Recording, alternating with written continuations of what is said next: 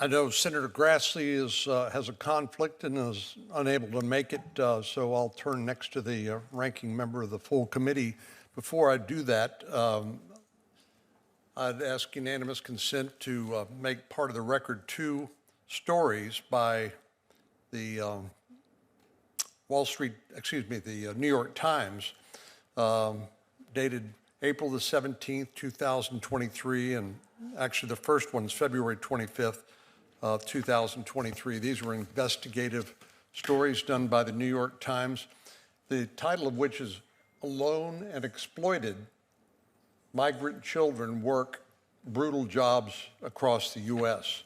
And the second installment of that investigative story is entitled, As Migrant Children Were Put to Work, U.S. Ignored Warnings. With that, I'll turn to the ranking member. Thank you very much, Mr. Chairman, and I'd like to say that I join with the chairman of the subcommittee, or the ranking member of the subcommittee, in saying that what happened in the past is important. We should learn from it, but what's happening today is what counts. Where are these kids today? What decisions are being made today? How are they doing? Let me give you one example. A few months ago, I joined all my Democratic colleagues on this committee in a letter to Chairman Grassley requesting a hearing on the Trump administration's decision to voluntarily drop a lawsuit against Southwest Key, the largest private provider of shelter and care for unaccompanied children. Southwest Key has been accused of repeatedly subjecting children to sexual abuse and harassment between 2015 and 2023, which is why the Biden administration filed a lawsuit against them. I hope that we can get a response from the chairman and a hearing on that issue, maybe in this subcommittee, about why that lawsuit was dropped by the Trump administration. That is a timely response to what's happening to these kids.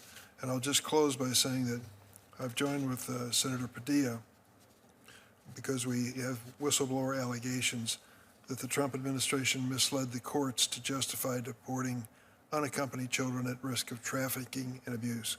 Protecting children should be bipartisan, not partisan.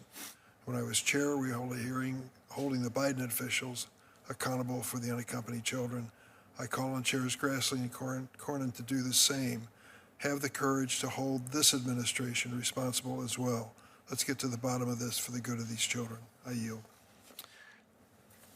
I just in a brief response, I would say what's happening today is important, no doubt about it, but failing to examine the reasons for the disaster that we're experiencing today by inviting millions of people to come to the country basically unvetted, including 500,000 children, and then suggesting that, well, really, we need to ignore all that and the consequences of that, fail to provide the accountability that I think the American people deserve.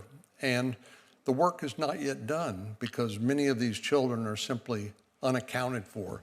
And we don't know, again, what's happened to them. We don't know whether they're currently alive or dead. We don't know whether they are trafficked for sex or into forced labor, whether they're going to school, whether they're getting health care they need. And the position of the Biden administration is they don't really have any responsibility, or they didn't once they placed these children with sponsors. But placing them with unvetted sponsors and then saying, our job's done, it's not our job anymore, somebody else has to deal with that, is just plainly irresponsible. And the consequences of this are, like I said, will not fully be known, I think, for years or maybe decades to come. So what I'd like to do is now welcome today's witnesses to the hearing, and I appreciate each of you being here and providing your expertise and testimony.